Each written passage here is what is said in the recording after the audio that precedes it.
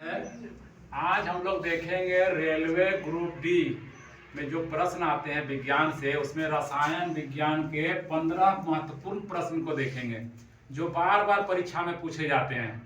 इन प्रश्नों को अगर देख लिया जाए तो इसमें 3 से 4 प्रश्न जरूर परीक्षा में आएंगे, इसलिए इस वीडियो को ध्यान से देखिए। पहला प्रश्न है पित्त का पीएच मान। पित्त का पीएच मान कितना होता है? 7.7। पित्त का पीएच मान होता है 7.7। कहां से स्रावित होती है? यकृत द्वारा।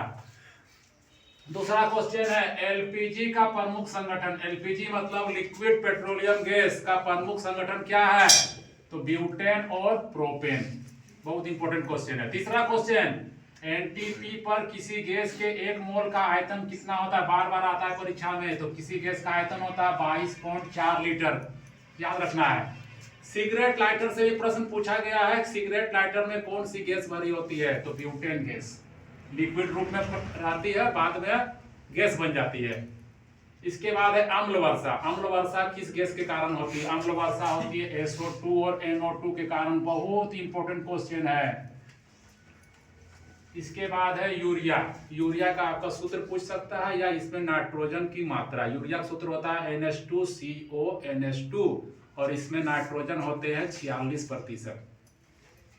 इसके बाद है भूपर पट्टी में सबसे अधिक धातु। इसमें लड़के लोग कंफ्यूज कर जाते हैं बार बार परीक्षा में, तो इसमें ध्यान से देखना है कि क्या पूछा गया। अगर धातु पूछा गया है तो एल्युमिनियम देना है, अगर तत्व पूछा गया है तो ऑक्सीजन देना है, और अगर उप धातु पूछा गया है तो सिलिकॉन देना है। इसमें एल्युमिनियम की मात्रा होती है 7.6%। 8वां नंबर क्वेश्चन है वायुमंडल में सर्वाधिक मात्रा में पाया जाने वाला अक्रिय गैस। अक्रिय गैस पूछा गया। इसका मतलब ये नहीं कि हम लोग नाइट्रोजन दे देंगे या ऑक्सीजन। अक्रिय गैस में सबसे अधिक मात्रा है आर्गन का। इसके बाद है यूरेनियम का प्रमुख अयस्क। बार बार अयस्क से प्रश्न आते हैं ग्रुप डी में, एनटीपीसी में। तो यूरेनियम के प्रमुख अयस्क हैं पिच ब्लेंड। उसी तरह सीसा के प्रमुख अयस्क, सीसा का अयस्क है गेलेना। इसलिए अयस्क वाला प्रश्न भी आप लोग पूरा ध्यान से देख लीजिए। 11 नंबर क्वेश्चन है कपड़ों में जंग के धब्बों को हटाने के लिए। कपड़ों में जो जंग के धब्बे उसको हटाने के लिए किसका प्रयोग करेंगे? तो ऑक्जेलिक अम्ल का प्रयोग किया जाता है। 12वां नंबर प्रश्न है नाभिक का आकार। नाभिक का आकार कितना होता है?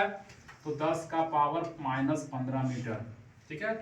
13 नंबर क्वेश्चन है आधुनिक आवर्त सारणी में कितने आवर्त हैं? आधुनिक आवर्त सारणी से ग्रुप डी में 4 प्रश्न आते हैं। अभी हम एक ही प्रश्न डाले हैं, बाद में और वीडियो देंगे उसमें आधुनिक आवर्त सारणी का रहेगा।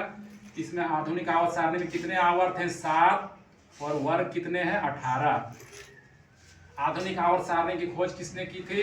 हेनरी मोसले ने 1913 में। यह जो है परमाणु संख्या पर आधारित है, परमाणु संख्या के बढ़ते क्रम पर आधारित है आधुनिक आवर्त सारणी। 14 नंबर क्वेश्चन है पटाखों में हरा रंग। पटाखों में हरा रंग किसके कारण होता है? बेरियम के कारण। इंपॉर्टेंट क्वेश्चन है। उसी तरह पूछेगा लाल चटक रंग माने गहरा लाल रंग किसके कारण होता है पटाखों में? तो देना आंसर स्ट्रांसियम। सबसे हल्की धातु। सबसे हल्की धातु में हम लोग क्या मारेंगे? लिथियम। परमाणु संख्या होती है इसकी 3। ठीक है। 16 नंबर कृत्रिम वर्षा के लिए। कृत्रिम वर्षा फिल्म वगैरह में जो दिखाया जाता है कृत्रिम वर्षा, उसके लिए किसका प्रयोग किया जाता है? सिल्वर आयोडाइड का प्रयोग होता है। और नेक्स्ट क्वेश्चन है भारी जल। भारी जल का सूत्र क्या होता है? D2O माने ड्यूटेरियम ऑक्साइड बोलते हैं। ठीक है। इसकी द्रव्यमान संख्या होती है 20 और ऐसे जल की होती है 18। इस तरह इसका द्रव्यमान संख्या अधिक है, इसलिए इसे भारी जल कहा जाता है। ये महत्वपूर्ण प्रश्न हो गए रेलवे ग्रुप डी के। इन प्रश्नों को आप ध्यान से देख लें।